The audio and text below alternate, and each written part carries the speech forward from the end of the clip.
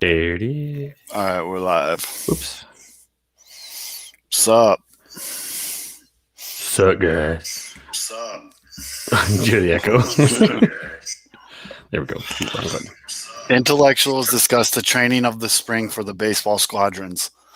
Squadrons. Yes. That is the name of this episode. And yes, I am that overtired. Both tired. Yeah. What's going on, everybody joining in? We're just getting some tweets, some retweets out before we dive in here. Okay, join us, not JoJo us. Join us. Well, you could JoJo us too. I think that costs extra. JoJo, the idiot circus boy with his pretty new pet. Spring training. What else are we gonna talk about? That's about it. Don't even put anything else because we don't know where this is going to go. Just tweet it. White. Cool whip. Cool whip. Tweet it. There it is. Tweet. Got it. All right, now I got to do it on the other one. All right. Now Reach my vast audience. I just retweeted it from SM. Okay. All right. Thank you, everyone, for holding tight. Again, as you can see, we're short a producer / third host, and this is what happens when you let the inmates run the prison. All right, you ready, Fizz? Absolutely. All right. In 3, 2, 1. What's going on, everybody? It is Friday, March 19th, and you have found the Pinwheels and Ivy podcast. I am your host, Matt Sawaski, a.k.a. Father Zoe, a.k.a. the number one seed. And with me, as always, Mr. Kevin Fiddler. Hey, yeah, Zoe, I know what you feel like now having a baby because, like you have to stay up all night and you get to, don't get to sleep through the night because the same thing happened to me last night, except my baby was, Justice League, Snyder Cut. Started watching it at midnight, and it ended basically when it was time for me to shower for school this morning. So, hey-o, it's we're going to be drinking a Rockstar. Yeah, it's a little different, but you're kind of getting the point. We got a lot to talk about. There's been a lot of spring training going on both sides of town. And also just fair warning before we get into this episode. As K. Fitz just said, he didn't sleep last night, and I got drunk in Denver, and I'm back in Chicago. So it's been a long 24 hours for the both of us.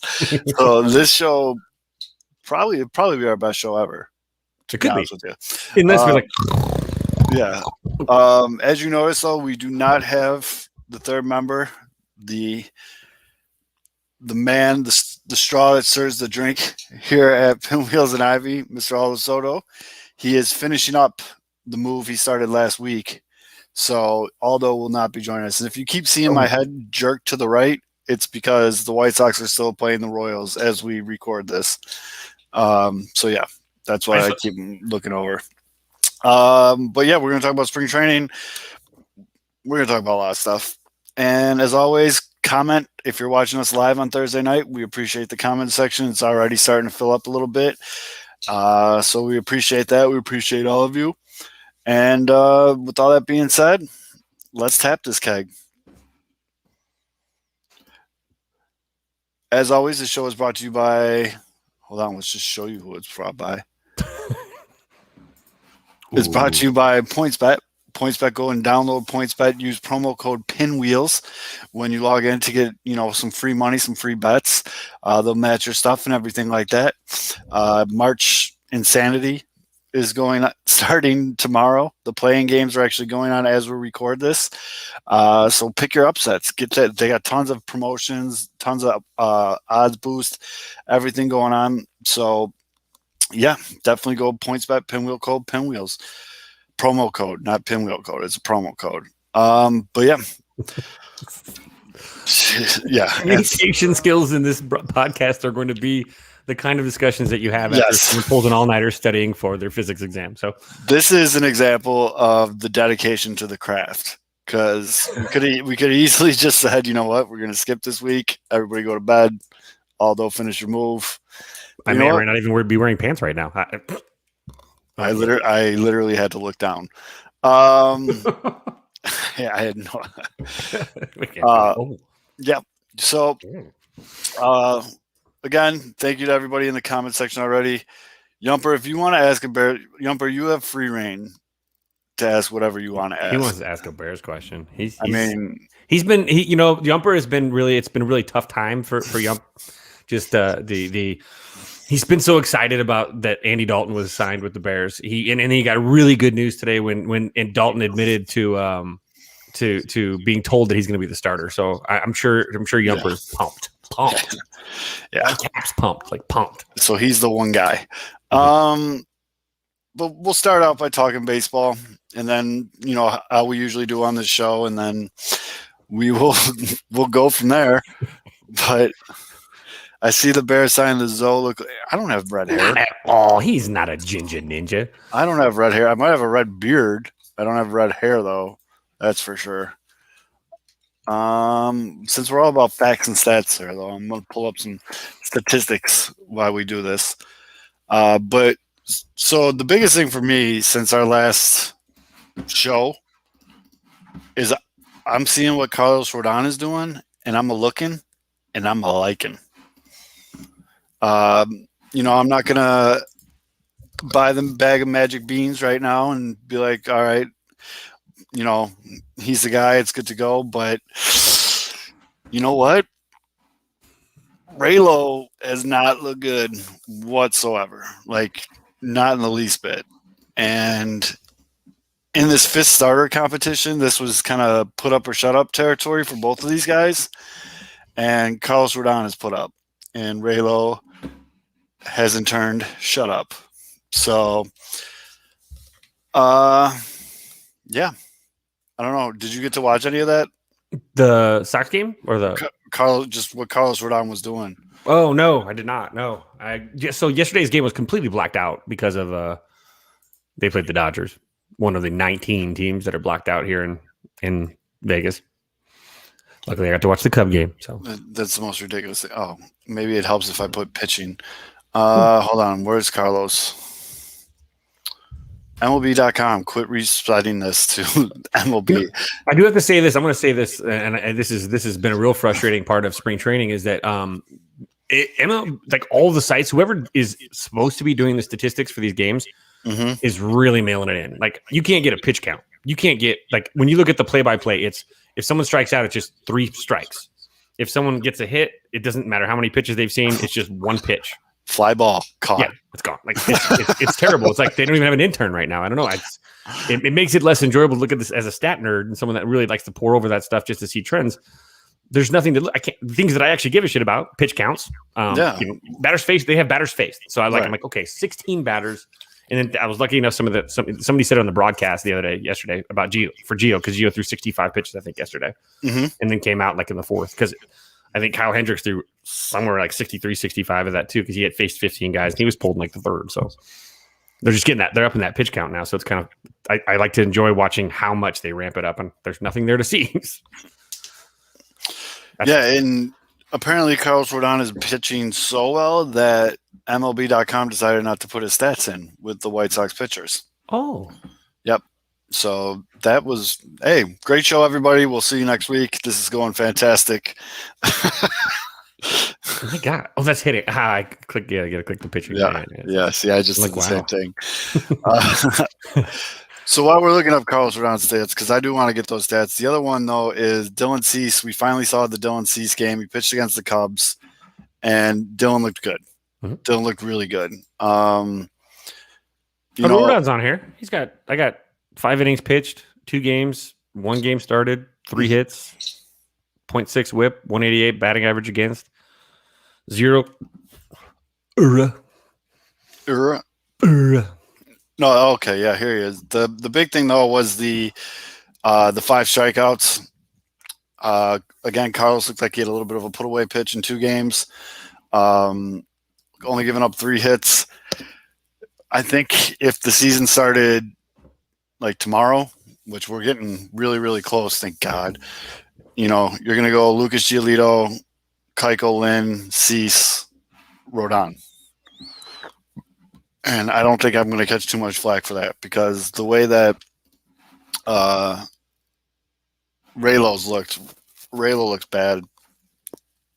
I mean, I was rooting for him, dude, and I know there's a whole section of White Sox Twitter out there that's rooting for him, but it's been pretty brutal. I know it's early and everything like that, but you got guys like Lance Lynn has 12 strikeouts in 3 games with the 0. Lance Lynn's looked really good. Evan Marshall's looked really, really good. Lucas Giolito is just, dude, he's got the 3rd best odds for Cy Young going into the season right now, betting wise. Like Lucas Giolito looks like the goods. The Sox bullpens looked really good. Michael Kopech's looked really good. I know I'm just keep saying really good, but they've all looked good. The guys that are getting touched up in these preseason, or I gotta stop calling it preseason, spring training games. I mean, it is. Yeah, it is. The guys that are getting touched up though are the guys that are going. They're going to start the season in Double and Triple A. Mm-hmm. So as a Sox fan, you should take that and be very happy about it. I know Liam Hendricks gave up a 9th inning home run in the Cubs game, and I was a fan of the signing for his baseball prowess before the game, like before the spring training started. But like, I love that after the game, he's like, yeah, I hung a curveball and the dude put it in a different area code. What do you want me to say? Like, he's just like, yeah, he wears it, which, well, I appreciate that because that's not as common as it used to be in Major League Baseball. Mm-hmm. Garrett Crochet. So I've seen some concern with Garrett Crochet. What we got here? We got a 2.25 ERA. Mm-hmm. He's appeared in 4 games, 4 innings pitched, 4 strikeouts, 2 walks. He's given up 3 hits and 1 earned run. He's human, dude. Like, he came out and pitched that little tiny bit of the season last year that we all saw, and like the myth of Garrett Crochet started. But like, you got to remember that was a real, real small sample size, and people are going to figure it out a little bit. But the big thing to me is he's gotten himself in a couple situations, and he's gotten himself out of those situations. As I say this, Adam Engel just hit a bomb in the bottom of the 6th. We got a real pitcher's duel going on today, 7-7 in the bottom of the 6th. Yeah, Adam Engel. The other nice thing that I want to get back to, though, was Dylan Cease. Did you watch the Sox-Cubs game, right? Yes. Okay. I didn't know, dude, everything gets blacked out in Vegas, so I had no idea if you saw it. No, it was just White Sox Cubs, so that was good. As long as it's not the Angels, the Giants, the Dodgers, the Diamondbacks, the Rockies, the KBO League, Wyvern. No, just kidding. Yeah. No, but still, that's annoying as shit. But Dylan Cease looked in command.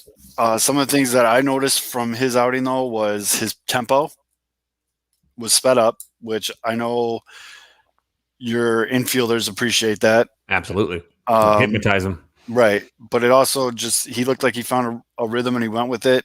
If you put his mechanics side by side, it looked like he did exactly what Lucas Giolito did when he made the jump from, the worst ERA in the league to a Cy Young contender where he wasn't bringing it as far back.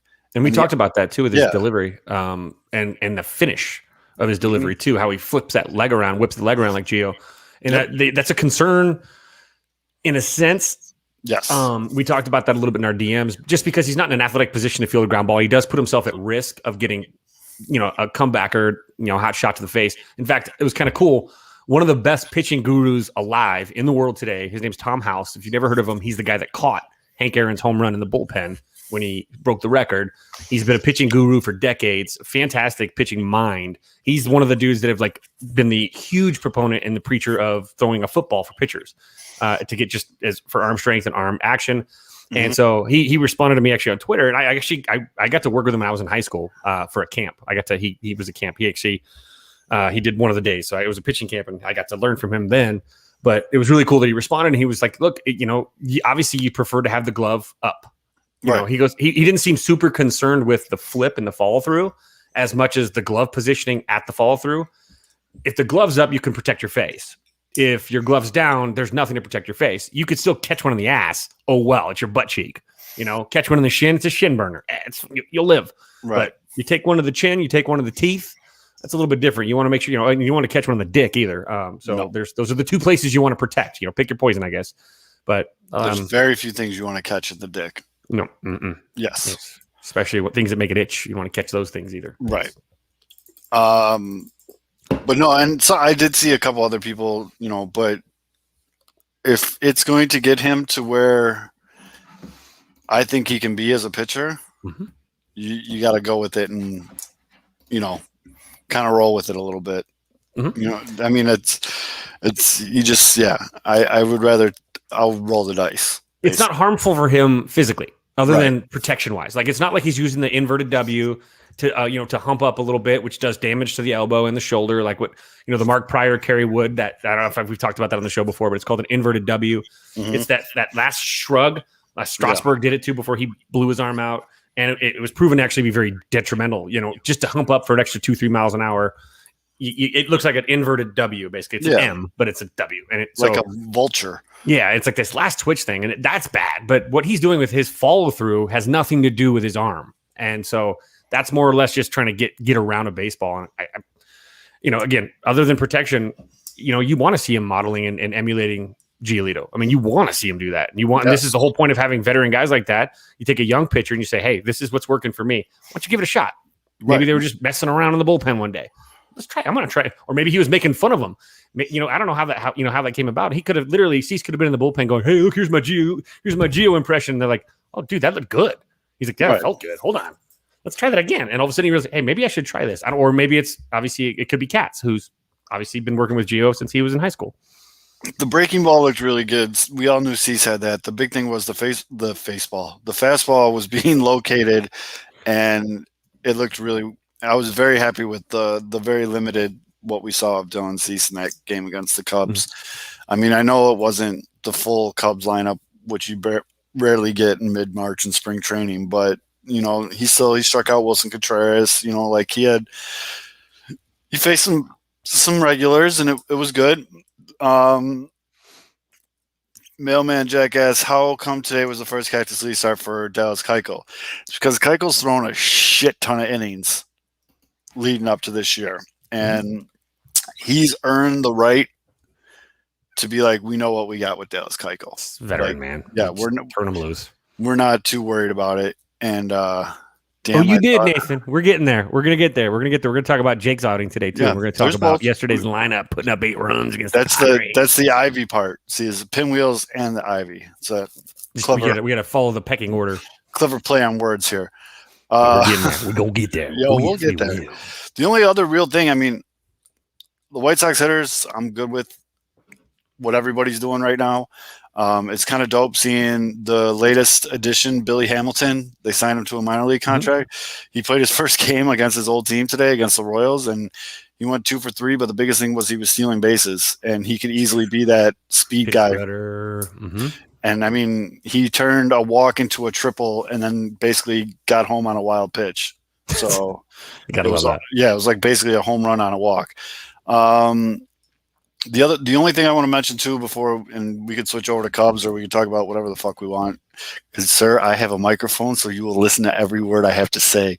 One more outbreak from you, sir, and I will choke you with my microphone cord. As far as the very, very, very watched, very, who is going to be the backup catcher. And if I was like good at like music producing, I would do the Where in the World is Carmen Sandiego tune, but who is going to be the White Sox backup catcher lyrics? Right now it's Zach Collins. It's Zach Collins. As we were talking into this, Zach Collins took another walk, and walk, sexy. I get it. It's not, but that's his sixth walk of spring training and 23 at bats. He's batting .409 with a home run. We all knew they were probably leaning towards it, but it's going to be Zach Collins. So you might as well. I wouldn't put it in pen or Sharpie yet, but you can go ahead and pencil in Zach Collins for that backup catcher spot. Mailman Jack asked me talk about that creepy Denver airport. So, dude, actually, so Boulder's like 40 minutes away from the Denver airport. Favorites. That's my top. I told Zoe, it's one of my top favorite cities and like top 5 in America. It was so hard for me to get a Lyft or an Uber to get to the airport this morning. Like I was struggling. I thought I was gonna miss my flight. And then this dude picked me up and he kind of set me up. He's like, it's like, what are you flying? I was like, Southwest. He's like, what do you think about Southwest? And I gave him an honest answer. I was like, it's all right. I mean, it's nothing special or anything. He's like, oh yeah, because I work for Southwest. And I was like, oh shit. Okay. You actually own it. You're like, yeah, right. You drive the Lyft. What the hell? No, he's one of those dudes with the orange cones. He was using them for turn signals on the ride, which was right. I thought that was really dude. He talked the whole 40-minute ride, and I fell asleep 3 separate times, and he was just, Colorado. He just kept talking. But I got a lift in real quick story. I got a lift in Fort Collins one time, and it was a cowboy, and he literally sang the whole time. He's like, "Let your horny bird high." I would seriously tell him to pull over. I'd be like, dude, pull over. I'm out. But so he was a really nice guy, and we pull up into the airport, and he's like, oh, you're trying to catch this flight? I'm like, well, yeah, dude, it's kind of the name of the game here.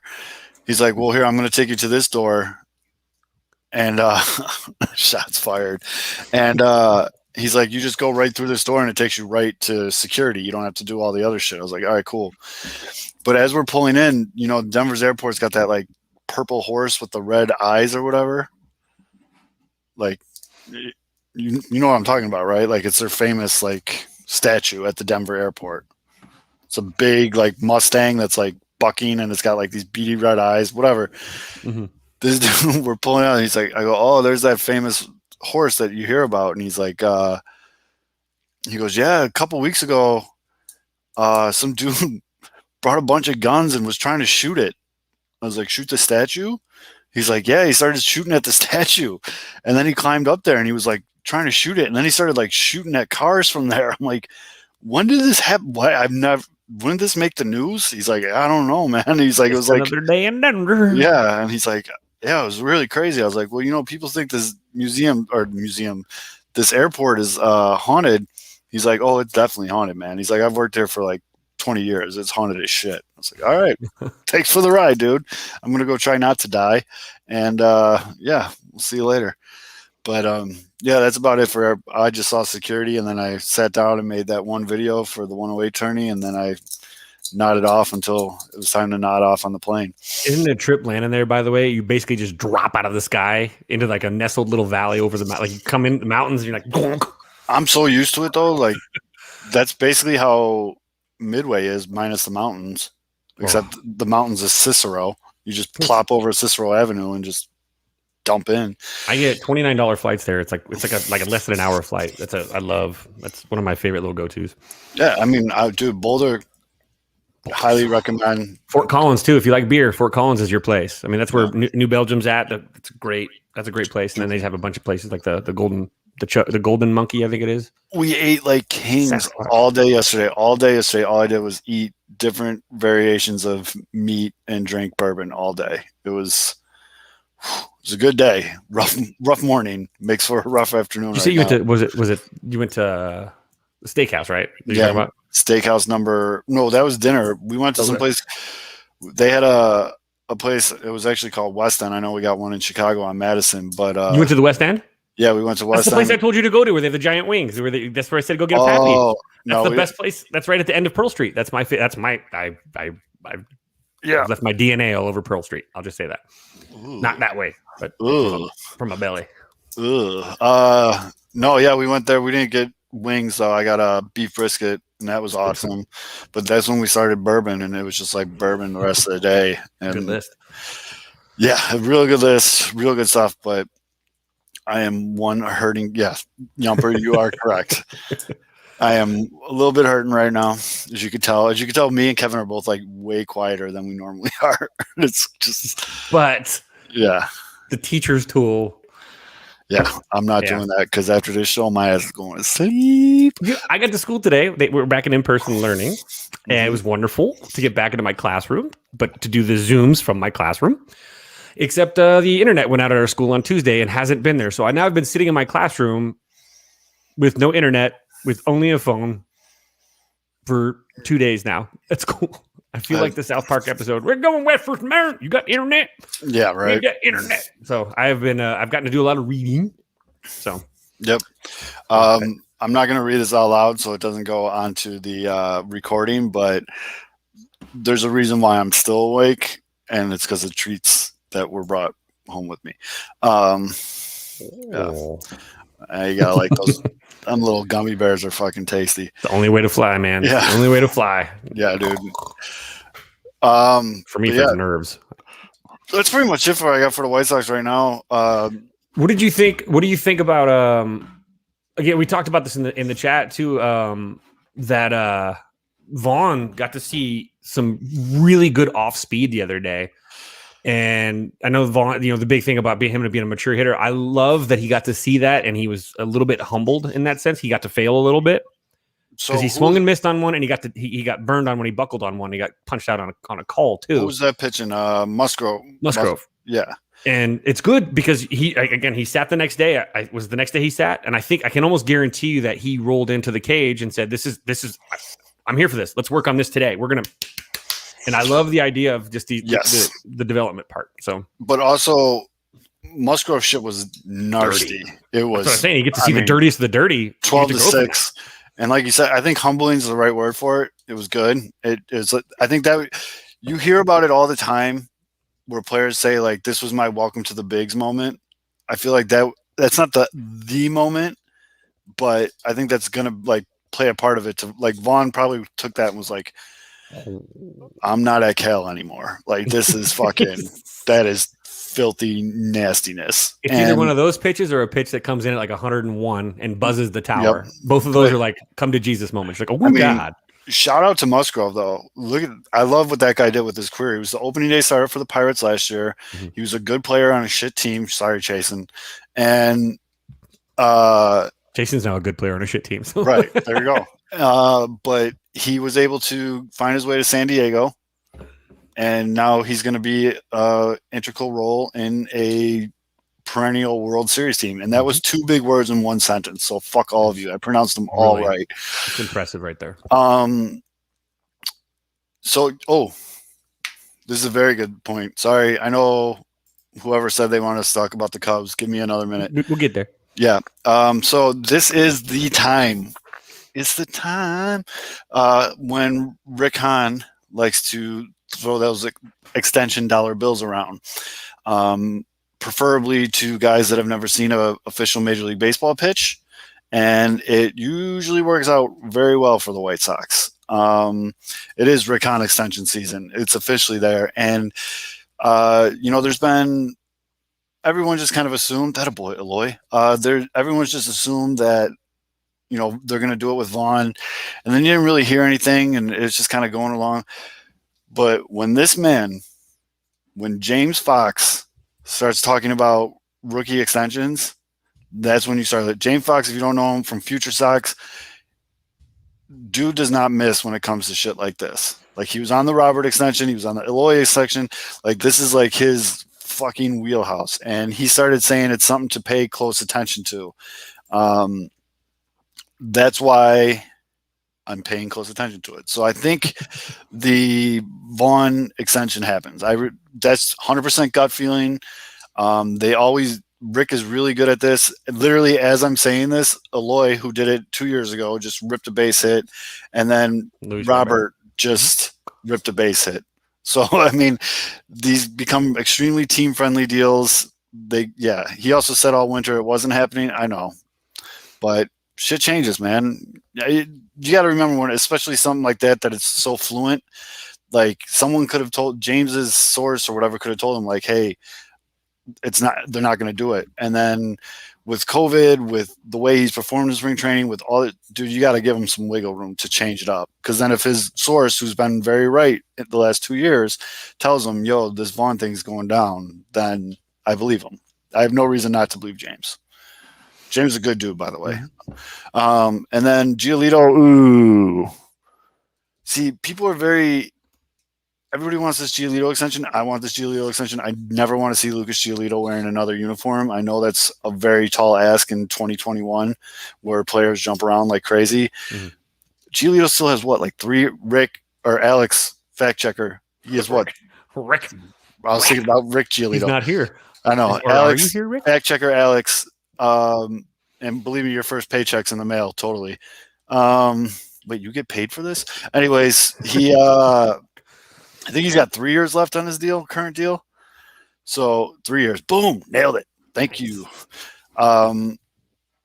There's not this extreme rush that I don't really understand why people want it to be rushed so much. Like, I understand he's only going to get better and the money's only going to go up, but that I hope Lucas gets paid. I hope he gets every cent of what he deserves because he looks like he's primed for a Cy Young type year. So I don't know. I think if I was going to bet on this right now, like you can bet at PointsBet with promo code Pinwheels, I would bet Vaughn extension happens, Lucas does not happen. That's, I don't know. You got anything on that, Fids? It's a discount thing. I mean, you want to get it done. I mean, the longer you wait, it's the gamble. The longer you wait, it could go both ways. If they're not as successful, then you look back and you could probably get it for less. But it's like with if they start having the success and Geos look great, I mean, every day that they wait is going to cost them a little bit more. So, I mean, if you can move fast, you want to get that security. Yeah, well, exactly. You want that security. You want to know that you don't have to worry about things and just you can go about your business. And nobody likes to know. I don't know if you guys have ever worked in a job where you feel like you're walking on eggshells and you're not sure you're going to have a job next week. But that's professional players. I've done sales for 10 years. I know that feeling. Yeah, and professional players are the same way. You know, you don't want to know. You want to know that security, but you also want to know that you're taken care of if something, God forbid, happens where you need to take a time to heal up or something. You want that safety net, and it helps it gives you peace of mind. Some players play really well in contract years because they're trying to prove themselves. But people that want to stick around that are part of a family, it's way easier to extend that kind of extension thing. Takes a huge burden off of their shoulder. You know, it's the same thing with the guys. You know, the Cubs are looking at extensions with guys too. You want those guys to perform, really lock them up and let them play. I mean, the fact that they're, or you want to go with the sense of prove it, shut up and prove it. We'll take care of you later. Yeah, I think Lucas has earned past the shut up and prove it part. Oh, you know what I mean? Mm-hmm. And he has. But yeah, Jerry doesn't really pay pitchers, and that's the stigma that. Oh yeah, Yumper. Same page. But as Alex points out, we got great I love our comment section. They could definitely backload a long-term extension and Jerry won't be the owner when he gets his money. It's true. I mean, that's if he stops drinking juice from the fountain of never die or whatever the hell he does and keeps going because Jerry Reisler is going to outlive us all. Jerry Reinsdorf is going to outlive us all, and that's the curse that we live in. Frozen Jerry Reinsdorf's head will still be around making decisions. You know what? I wish we could. I wish we could put the comment section in the 108 tourney because I would vote for our comment section. Our comment section's awesome. Our comment sections are awesome. I was going to say our whole comment section goes to the 108 broadcast later tonight anyway. So the comment section is this is one of the reasons why White Sox Twitter is the shit. Mm-hmm. Is because it's just everybody interacts, everyone has a good time, no one's a dick most of the time. And I mean, we've already started. Well, we'll do a little sandwich. We'll do White Sox, quick 108 tourney, Cubs. Mm-hmm. That work for you? Yeah, because I had a good time. I had a good time on my unfortunately, my short life. I had the lifespan of a fly in the tournament, but it was good. I had a blast. And unfortunately, our boy K Fids did not make it into the play-in round, but that's not for not trying. The man gave it his all. He gave it his all. Videos, outfit changes, looked like fucking Beyonce out there. And yeah, I mean, hey, but selfishly, K-Fids is our candle.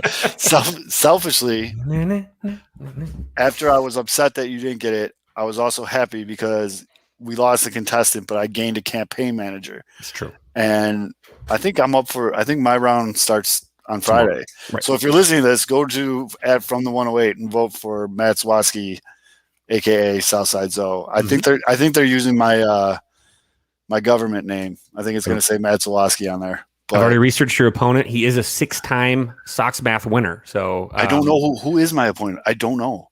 Uh, it's like something like B lower score. Like I tried to When just I watched the announcement show from the 108 and they kept putting the brackets on the screen and it was like, what is this, a center for ants? Like I couldn't. But anyways, but he's a 6-time Sox Math winner, which means nerd. it'll all add up. If you can do the math, you know that. Wait, it's Steve-O? Is it Steve-O? It's not that Steve-O. No, it's not that Steve-O. No. It's like B lower score. Yeah, lower I think score. it's another Steve. Like it's double not lower score. It's not that Steve-O. It's not the rapping Steve-O. But he's so good at Sox Math, he can count on losing to you tomorrow. So damn straight. I don't know. Some puns. Yeah, I know. I just want. It's always fun though. Like I've seen some really good video. Different Steve-O. He won like half the Sox Math last year. All right, so you vote for me, who's obviously fucking awesome, or you vote for some nerd who's better at math than you, and he knows it. You know it. He knows it. Attracted to money and power, and I have both. Yes. You know it. But the first round started here. We got Uncle Rico's beating 108 Morton. Thought the dog was going to pull it off. Lawrence doing pretty well. Yeah, we got Amy Nam. I think she's gonna pull that up. King Nam. Cub fan. Yep. She's your Cub fan here. Both the Noms are winning. It's tough to take down King Nam in this, dude. Dude just mauls hot dogs. In the father-son matchup, Wally, Matt Ramsey, we got Wally in the lead by a lot. Sorry, Matt, I voted for you. And then we got all the White Sox Dave region, which is interesting because these are all the celebrities in this one. First one was Chris Kamka, Chris Lanuti, and Lauren Nizovic Stone. Chris Kamka is going to win. He's the end-all be-all with Sox stats. But I actually voted for Chris Lanuti in this one because Sox in the Basement is a dope-ass show. So, and by the way, if you're watching this live, there's still time to go vote. So do the right thing. We got the Sam Penananovich versus Shane Reardon and Sean Roberts. Shane's going to win that one. Hate to see it, Sam. Keep giving me shitty odds. I'm not bitter. Josh Nelson versus Daryl and Mike Rankin. Josh is going to win that one, rightfully so. This is the barn burner. This is the matchup of the day. Gas Money Bob versus Chris Tannehill versus Scott Merkin. Fitz, did you freeze or are you just being very still? No, I'm watching. So, sorry. Someone's jerking Javi off for a tag that basically was normal. The ball took his glove into the tag. Yeah. What a great tag, Javi. Great catch, Smalls. That ball that was hit to you by Benny the Jet. Great catch, Smalls. No, Benny the Jet hit the ball into your glove, dude. You didn't do anything. You just right in the glove. Stood there. And so this one, we got Gas Money Bob versus Chris Tannehill versus Scott Merkin. Merk does great work. You're not going to win this one. But we got Gas Money Bob is at 41.7. Chris Tannehill's at 43.6. I think we're going to just start endorsing people on Thursdays on this show. Could be. Vote for Tannehill. Gas Money Bob is fucking hilarious. One of the funniest Twitter accounts out there. Tannehill, for years, has put together some of the most amazing sound clips, mashups, whatever, for White Sox fans, and also the Lockdown White Sox podcast he does with our guy Herb. I mean, that's every day, dude. Like, me and Fitz are trying to stay awake to do this one. Could you imagine doing this? I could probably do this every day. Do it every day. I could do this every day. Mm-hmm. I don't know if the content would be good because that's got to be tough. But they do a hell of a job with they do a hell of a job with their show. I vote Tannehill. Then we got Herb Lawrence is just destroying his one. Good. This is another one. James Fox versus Alyssa versus Lamont Pope. Alyssa's winning this one, 57-35 over James. That's just a tough draw for James. Just tough draw for James. Alyssa's awesome. Super nice person. Very involved with the White Sox. James is, like I mentioned earlier, he's great. That's a tough one. Another tough one here. We got Chuck Garfine versus Lila and Jim Margolis from Sox Machine. Yeah, that's done. And then last one, White Sox, Ozzie Guillen Jr., James Fagan. Fagan's going to win that. So fun first day, always good. I'm already seeing some of the. Herbie gave me a ride to the pool. I'm seeing some good videos. I saw one by our commenter there, your boy Fids, Luke. Yeah, You Luke, by the way, got rolled a little bit when his opponent pointed out that Luke was wearing a jersey with his opponent's name on it. Yeah, it was kind of a self-pwn. Probably should have gone with Pippin. Yep. Some sort of Pippin. But I do appreciate the creativity of trying to reenact Chicago sports moments. That's good. I like that, Luke. That's what I like, dude. Is everyone tries to figure out like their own like shtick, like their own angle for this type of shit, and like put out videos. I'm loving to seeing Herb Lawrence get into it this year. Mm-hmm. He's on a mission. Yeah, he's on a mission. He's fired up. It's awesome because on his show the other day, he was wow. I'm backing Herb the whole way here because he's done nothing but endorse both of us. He's threw you one too, and he's come on the show. I've been on his show, so yeah. He sent me some receipts in my DM for a story that I forgot that I posted like 2 years ago. I saw that. Holy shit! Oh my gosh! All the time, and we'll talk about it here in a second because I got some receipts to talk about when we get to the Cub stuff here in like a split second. But there's some. I got a lot of receipts. This is receipt week for me. Some vindication again. Something that's been said on the podcast like since last September or August. But hey, yep. But we'll get there in a second. This Pinwheels and Ivy podcast officially endorses Herb Lawrence for his duration in the 108 tournament, and I will be tweeting support as well. We'll speak for Aldo. I don't think he cares. But yeah, vote for me tomorrow or today if you're listening to this. I think again they're using my government name, so know your opponent's name is Jordan, and he's been on the show too. Jordan. Yep. He has. If you need that Pinwheels and Ivy endorsement to get you 5 more votes, that's pretty much what we're good for ish, I think. I need you to earn it. We can definitely give you Venmo. We accept Venmo. We'll do a cameo for you because my Sock Summers cameo for me was one of the most glorious things I've ever seen. Best thing. That was the best thing. And if you haven't seen it, go to KFit's Twitter, find it. It's My Sock Summer singing Creed, Arms Wide Open. I've been giving him because again, I love My Sock Summer to death, and I call him. It first started. I said he was Swollen Steven Van Zandt, and then it jumped into Swollen Scott Stapp, and then it just kind of played around with it. And so yeah, I got a cameo, and he sang the song. I was gonna hope he was just gonna read it like a poet, and then he went full boat before he went to the gym. He pulled the hair out, let it flow like he was Scott Stapp. And he sang it with an endorsement for me. We'll tweet it out. We'll tweet the video out from the Pinwheels and Ivy account because it's. I tinkled a little bit even. I was literally like, I'm not embellishing here. I was in tears laughing. It was fantastic. So 108 tournament, go out, support your guys, whoever they may be, or girls, whoever they may be. And if you got a minute, throw a thank you to the boys at the 108 for putting this. This ain't easy to put together. No, this is not easy to put together. And this is a lot of their free time dedicated to putting this together for all of our idiot entertainment. So make sure you say thanks to them. But yeah, now on to the Cubs because something happened with Javi Baez because it happened because that's what woke K-Fids up. So, no. Someone posted it's well, okay. Let's get to it. Yeah, let's get to it. Let's get to it. I've been, obviously watching the game. Sometimes you get to watch the game on regular network and you get like a regular broadcasters, but with spring training, you're getting more the team's broadcasters. And so last night, I think it was, and they were the marquee and we had, what's his name was doing the broadcast. Pat Hughes was doing the broadcast. And it started pretty innocently, everybody comes up and they're like, hey, so-and-so struggled last year. No problem. Chris Bryant struggled last year, but he'll be better this year.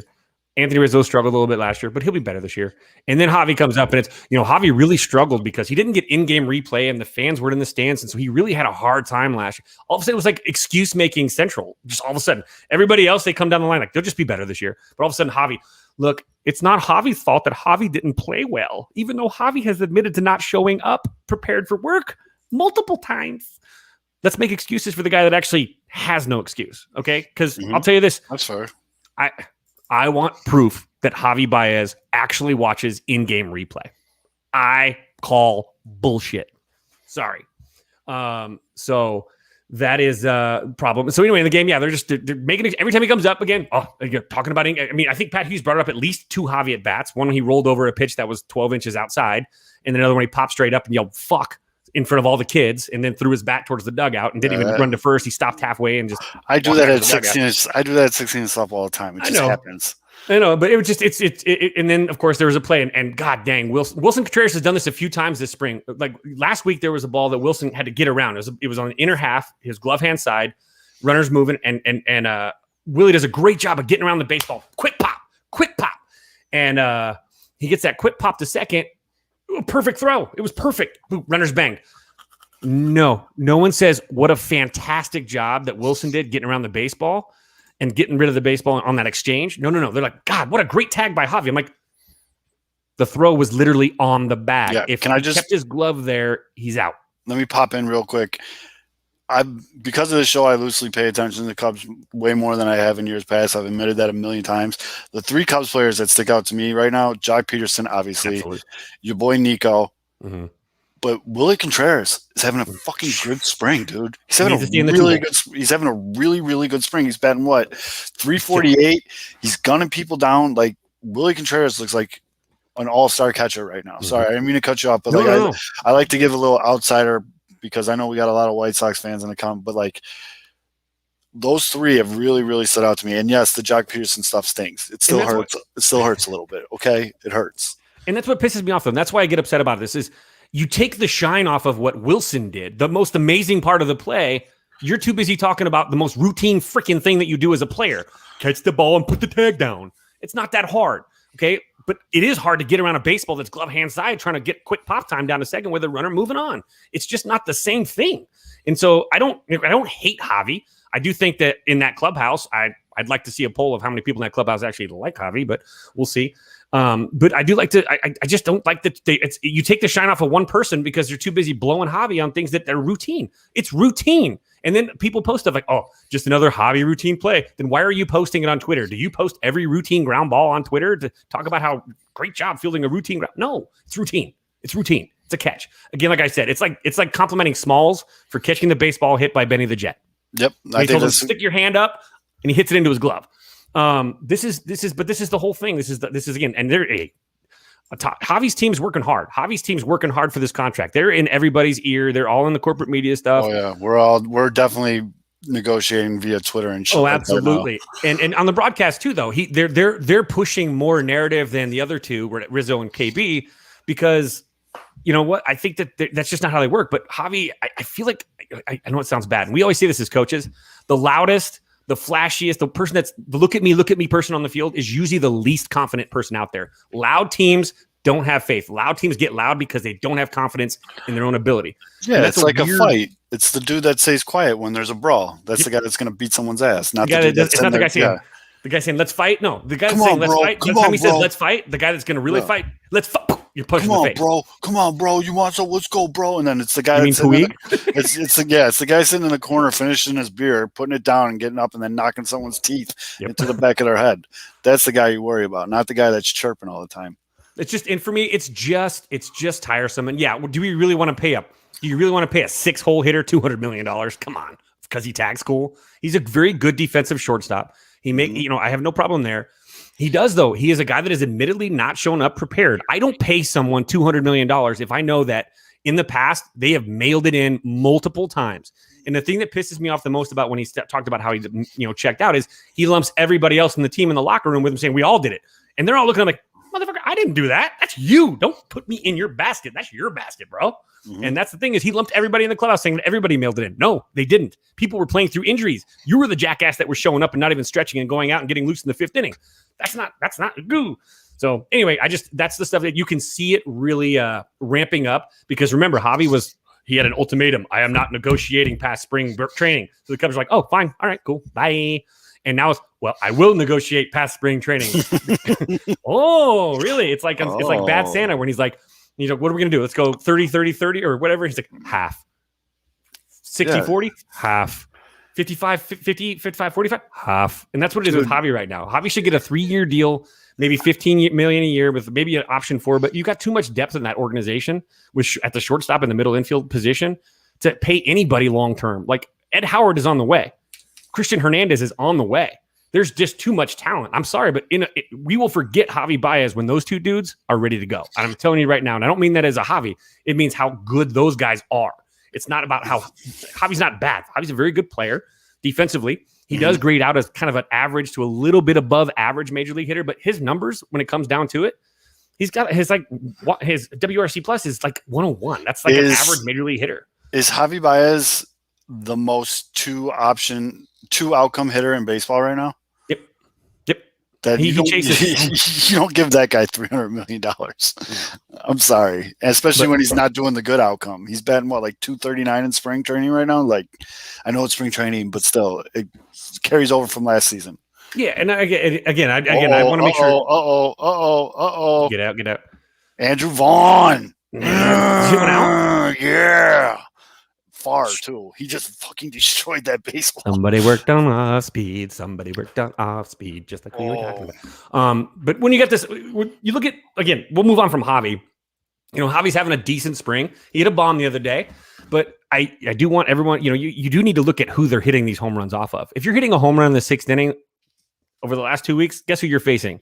Some dude that hasn't even faced major league hitters until spring training. Oh, Fitz, you're gonna like this one. He went up and got it, and he hit it to the walk path behind the rock wall. And it was up. It was up. He went up and got. Sorry, and we do need to break off your Javi because I know this will be a 4-hour show. No, and I want to more talk about like Rizzo too. Rizzo, he's having a very good spring. Anthony Rizzo is having a very good spring too. Quietly, he's hit 3 bombs. He hit a pisser yesterday. That, like, seriously, if you tried to catch that thing, say goodbye to your fingers. You're going to be hanging out with Paul Pierre or whatever his name's from the Bucks or whatever, because that'll take your hand off. I mean, he's looking good. He's taking walks. Obviously, Jock Peterson's been playing well. He's cooled off a little bit, but then yesterday he came back, hit a double, I think. You've got, Javi's hitting. He is only hitting 259 because over the last few games he's been pulling outside pitches. He's not trying to go the other way, and he's actually pretty good going to right center. But Wilson Contreras, I can't say enough about Wilson in the box. He's what we call gap to gap right now, and he's hitting the ball hard. These are line drives. He has to stay in the 2-hole. Last night, and this is the big part, this is what I really wanted to talk about. Last night, David Ross rolled out what I believe to be what should be the opening day lineup. He went Hap, Contreras, Rizzo, KB, Jock, Javi, Hayward, Horner, Hendricks. Did I forget somebody? Was that 9? No, that was 9. That was 9. Okay, so if you want to switch the pitcher and go 8-9, whatever, that's cool too. If Rossi's okay with that, but it's on Twitter. It's on Twitter. I'm gonna retweet it. All right. Yeah, look at mine. I retweeted it. But yeah, so that's they put up 8 runs. They look good in first inning. You get Ian Happ takes a walk. Wilson with a hard base hit to right, which is first to third. So now you got first and third immediately. First 2 guys in the box, and now you got to go through a minor version of a murderer's row with Rizzo, Chris, Jock, Javi. That's a minefield, and there's any let up in those 3-4 at bats, you're toast. And so what happened was exactly what happened. I mean, I think Rizzo popped out. KB walked. There's a wild pitch. KB was up. It was a 1-1 count, I think. Runner moved on the pitch. Good running count. Throws a breaking ball in the dirt. Spins away. Runner scores. Ian Happ scores on a great read on a ball in the dirt. Because, again, spinners on those blocks, the spinners, they push away from the catcher. That's a really very difficult ball to block. And if a spinner takes the wrong thing, it's going to really kick away and carry him away. And Sorry. As I was reading the chat too, but it was a really good play. So anyway, then KB takes a walk, and then Jock, I think, pops out. Or no, Jock, I think Jock got out, and then Javi pops out or struck out or whatever and move on. But that is going to happen a lot. And I love that, the fact. And then all of a sudden you got Jason Hayward and you got Nico Horner down there. It's a very good lineup when you look at that one. That's 1 through 8. Yeah, that's what you want. And that's what we're seeing right now with Tony La Russa. With the White Sox, he's starting to tinker with shit, but it's starting to work out. Yep. Like I'm starting to feel better about the options that they have with this lineup. And Adam Engel just almost hit for the fucking cycle. So. That's what Wilson almost hit. Contreras almost hit for the cycle last night. He was, I think, a double short. I think a double short of the cycle because then he hit a home run later, and then he's whatever. But he's just killing it. But also look at the pitching staff right now. I mean, this is something that's the big question mark for the Cubs this year. And today, in his longest outing of spring, Jake Arrieta went out there and rolled. He did a great job. He went 4 innings, 5 1/3 innings, gave up 2 hits, 2 earned runs. That's his month. He went 4 innings, gave up 4 hits, 1 run. and struck out 5. I mean, Yes. whoa, Jake, Church of Jake, hello. If he starts pitching that way, all of a sudden this Cubs rotation, which is a little bit of a question mark. Hendricks looked really good last night. He was doing what he does. He's pulling the strings. He got free. He looks just like Joey Mazzello from Jurassic Park, but he was out there throwing Raptors up there, and he looked fantastic, pulling the string. And so that looked good. So you've got all of a sudden, you've got a pitching staff that with that kind of offense, if the Cubs could put up 5, like it's like a race to 5 or 6. You can kind of take it. You can see the Cubs doing well, and that lineup does cause problems. And Rossi, of course, is in love with the lefty righty, and Right. it works out that it actually is who you want in those spots. Even if you weren't worried about lefty righty, that's the order you want to go with. You got to have Wilson in the 2 hole. And I know KB likes the 3 and 4 too. I know KB's hitting the 2 for a pass. No way. I want Wilson. I love Wilson in the 2 hole. KB hitting the cleanup spot is fantastic because he comes up with the bases loaded. He's not going to chase. So he might walk in a run. He'll take a walk. And he took 3 walks last night. He got 3 free passes. I mean, the kid is KB's on base percentage in spring right now. He might only be hitting, he's probably not hitting. He's not hitting a ton, but his on base percentage. He's got an OBP of 423. Yeah, he's getting you're going to see that all season long. He may be hitting 211, but he's getting on 42% of the time. You can't ask for much more other than obviously he'll continue to swing it. It's spring training and these guys are going to go, but the team's going to have to hit. It's going to have to hit. It's going to have to pick up. That bullpen's still a little bit of question mark. Craig Kimbrell is just dirty trash right now.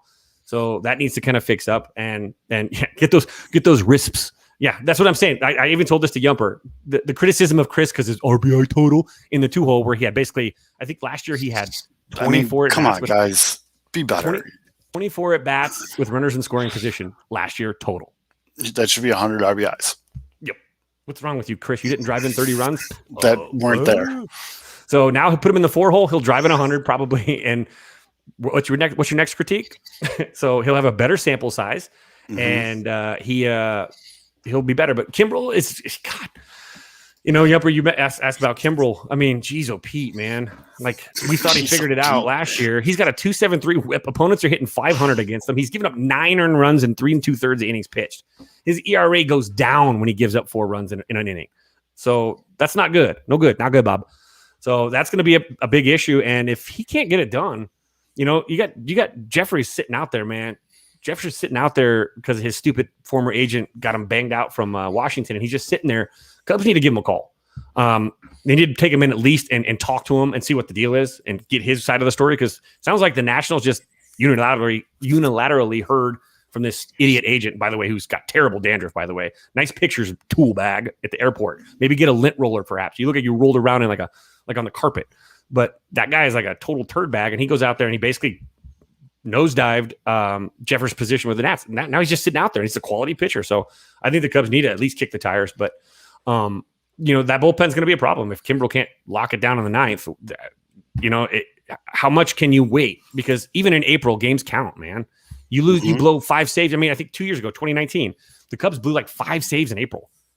Like 5. Like that's 5 wins when you're in a stretch run and you're in a dogfight and you have to end up in a play-in game and you blew 5 leads in April. You have to come back to that stuff. You can lose. You could hurt yourself. You can't win the season in April, but you can sure as hell ruin the season in April. Because again, in the end, little things equal big things. And so I think the Cubs, again, you'll that's a big part about this rotation and the bullpen is the question mark. But there's been a couple good, I think Winkler wiggled out of a jam last night. I thought he did a good job getting out of that. Wait, we got a damn moment. Uh-oh. Instead of breaking news, we're just going to just start doing damn moments. And I know this is a baseball show, but damn. Bears just straight up just released Kyle Fuller. Holy crap. That sucks. He'll get picked up quick. He'll get paid. I mean, I guess that is the salary cap. Yep. He'll get picked up quick. Also, I would like to say right now, I'm very disappointed in White Sox Twitter because I can't find a video of Vaughn's home run yet. We'll get there. Yeah, I'd love to break that down real quick and see how it looks. Yeah. If you said he went upstairs for it. I want to. Well, it wasn't like up. It was probably a little above the belt, but still, it was very nice swing. I am looking. This is Andrew Vaughn. No, that's different. That's someone's a high school project, apparently. Okay. Yep. But so who is the Cubs closer? I mean, it's projected to be Kimbrel, but if a dude can't hit can't get outs, if he can't miss a barrel, you don't want anybody. Bye. Yeah, he gets mop up duty again, and that was him most of the year last year until he figured it out. So we can't do this again. Like I've never seen, it's incredible how that dude goes up and down. The roller coaster with Kimbrel is worse than anything. It's worse than the American Eagle or at the at Great America, man. He's just up and down and rackety rack, and you just don't know.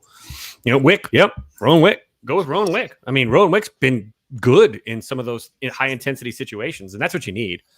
Kimbrel's just, again, maybe he's working into it. I don't know. It's like give up 9 runs, give up 4 runs, give up 3 runs, give up 1 run, and then hey, all of a sudden he's carving, but it's not a great way to work. That's a White Sox winner. They came all the way back to win 9-7. Hope you all betted the over at PointsBet, promo code Pinwheels, and Wick is hurt, by the way. Feds. Oh, wait, sorry, what? Wick. John Wick is hurt. Oh, Rowan Wick is hurt? Yeah. Oh, that's right. He is, isn't he? Yeah, he doesn't have any. Who else was out there? So let's see here. Who's been really good? Trevor Williams has been good. Trevor Williams is 8, and his flow is just ridiculous, awesome. But he's done really well this year. He's got 1 win. He's got 8 2/3 innings pitched, 7 strikeouts, 3 games pitched. He's given up 1 run in his 8 2/3. That's solid. That's what you need. Yep. And cool hair. Not like Chafin. Chafin's mustache last night was straight porn stash. Like I want to drink beers and sit in a kiddie pool like tub, kitty tubs or whatever with him, and just wearing nothing but tank tops and bathing suits and flip flops and just drink beers because he looks like that guy. I actually saw Maple's sliders. Those were filthy, dude. Dirty. Pitching Ninja threw them up there, and I saw those today. That was, whew, I don't know if he's got that all year, but yeah, that was pretty sick. But I mean, that's where the Cubs kind of sit. I did like, again, the best thing I saw this week, and so far that I've seen in probably a little bit too, besides Jocks just tearing it up, is the fact that they went with that lineup yesterday, and you could see how much it's going to give opposing pitchers fits. Yeah. If I'm a pitcher and I look at that lineup, I'm trying to figure out how do I maneuver through it. Ian Happ has taken walks. He's doing a great job. He's being a leadoff guy. You got obviously Wilson's just killing it. Rizzo's on the plate, so Rizzo's going to do something to you if he's a disciplined hitter. Then you got to go to KB, who's the most disciplined hitter in that lineup. And then you got Javi, and then you got Jock, who's been doing it really well. Again, he hasn't really faced any lefties, so we're still waiting, but that's how it goes. Again, there's only like 2 lefty starters in the entire division, so not going to be a huge issue. And then you get to Javi, and then Hay, and whatever. And I talked about this the other day too. You really like to see that. When you're a pitcher, and if you're a pitcher and you're listening to this too, I'm sure you can agree with me that when you face a lineup that is just, there isn't really an easy out across the board, it's exhausting. It's more emotionally exhausting. Same with the White Sox lineup too. Like when you get through, like you're like, I got past Wilson Contreras. How do I share my screen, Fids? Here, you want me to find it? Where's it at? I just tweeted it. You just tweeted it? Here, I'll find it. Oh, there you go. Okay, cool. Yeah, I'll pull that. There we go. This is Andrew Vaughn's bomb because... Let me pause it and then take a look at it. I just want to see what your thought is on that. Share screen. Because it's an absolute tank. There it is. And I know people listening can't see this, but... So now you can see that? Okay, good. Yeah. We don't need sound. It doesn't matter. Oh my God. Yeah. It's funny as the camera was shaking, the wind must be blowing a little bit. Yep. Watch where it lands. Yeah. It hit that wall, dude. Look at this. I mean, look where this pitch is at. Right. Look at that. That's up. I mean, look at him again. We talked about last time, that home run he hit before too. Ball was up and a little bit in. And look at how he gets inside of the baseball, though. Look at his back. I was going to say, look at the hands, though. Look how he pulled them hands. Oh, man. He pulled them, he got inside, and then he just dropped the barrel. He's got his full belt buckle showing to Irvin Santana. He needs a belt buckle that says, fuck you. And look at this, too. Key, look where his hips are right now. He is just about to make contact, but look at his hips. He is fully thrown those hips. He is fully square now. That is one of those cliches that I do like. He's taking a picture with that belly button right now. Yes. And he is fully getting he's getting that core in there. This is what makes him strong. Look at his front foot too. I mean, he did have to get inside of it. So you see that front foot kind of like flips over a little bit, like almost like he twists his ankle.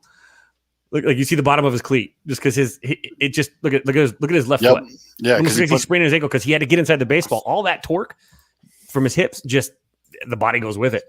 So that's awesome to see. I mean, that's porn right there for swing. And then you get used to this one right here.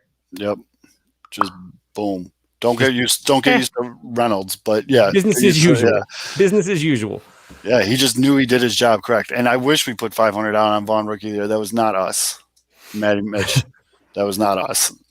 We don't have that kind of money, but our Venmo is open, but we don't have that kind of money. And Vaughn's gonna keep doing that. He's gonna keep doing that. He's gonna have moments like we talked about the off-speed stuff. Seeing that first Dirty Charlie got him was a little eye-opening for him, and so it's good to see him play that way. And again, I've told you guys this. I do think that he's gonna win Rookie of the Year. I believe that firmly. I told you guys that. You guys, he could be magical too, but does magical qualify? I can't remember. Yes, he does, but I think Vaughn has a better chance just because he's that guy. He's gonna put up some power numbers, and the power numbers are flashy. He's gonna be more across the board, where you're gonna get like a solid season from Magical. Magical's fielding looks very good lately too. He played 2-3 really good plays the last couple days. I didn't wear my shirt, but the two guys obviously that I love most right now this season that I can't wait, besides obviously KBA, but watching is Vaughn and then Nico Horner. I got a from our boys over at Obvious Shirts, I got a really nice Nico freaking Horner shirt, which is awesome. Also, we didn't even talk about this, but our friend of the show, Lauren Wills and Snark Burley, the t-shirt. That was so cool. They got a full-on shout-out from Leon Hendricks yesterday in the press conference while he was drinking his Dr. Pepper, showed it off. Remember, guys, this is somebody that's wearing to a professional baseball press conference a shirt that really it says Penis Mighty, but it says Pen is Mighty. And he wore the Pen is Mighty shirt. So that was a huge boost. So shout out, tip of the cap to Lauren. I know she was excited. She got totally wasted to celebrate it yesterday for St. Patrick's Day with her boo. And then he sang a Hootie and the Blowfish song because he was also drunk. So that was fun. But he did it, changed the lyrics to talk about that lady that kept trying to sneak into the airplanes at O'Hare. So it was really cool to see that stuff. But there's some really good apparel stuff going around too. This is that time too to start kind of stocking up on some new shirts. So got that shirt stimmy. But no, Snark Burley's got the goods. There's a lot of good shirts in there. I got a couple of them. They're good quality, comfortable, soft. This is like a commercial. But I do need to interrupt too. I got some bad news for everybody that wanted to stick around. Mr. Han and I talked. Mr. Han's got some stuff he's got to take care of. So we're gonna take a pause on the golden, not the golden taint. Wow, the tainted glove. This week, Golden Tate. That's a Golden Tate's a wide receiver, isn't he? We're gonna do the tainted glove. We're gonna come back next week, but just isn't gonna work this week. But sorry about that, guys. And I'm sober, so it's not nearly as fun.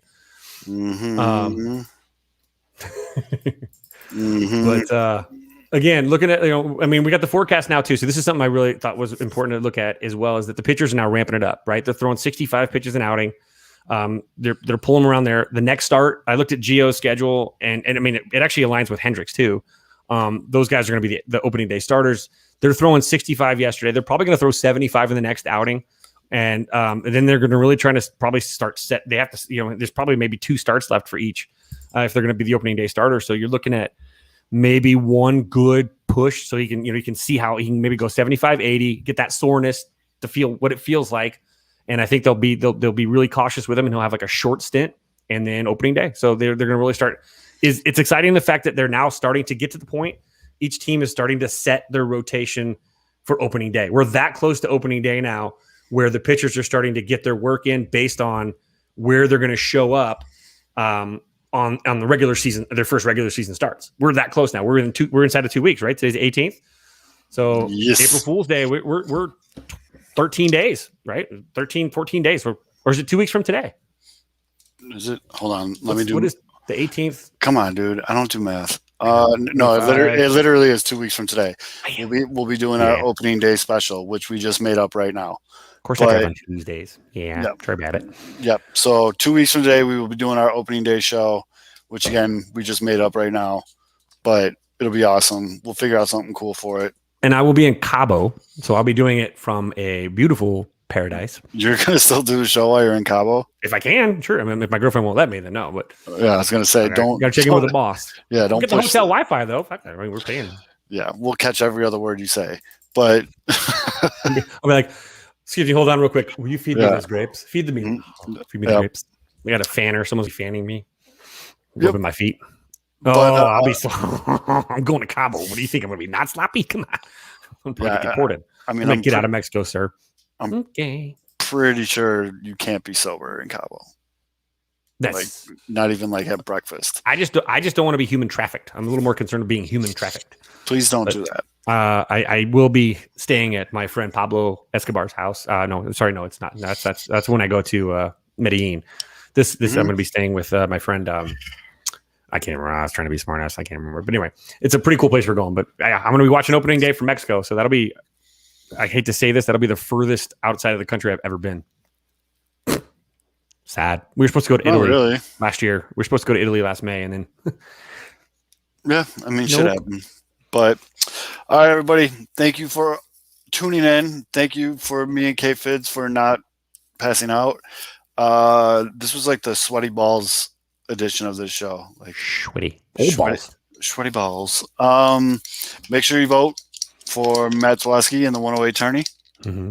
Tell your friends, tell your friends. And their cousins. And I'll keep doing my little videos just because I think I'm funny.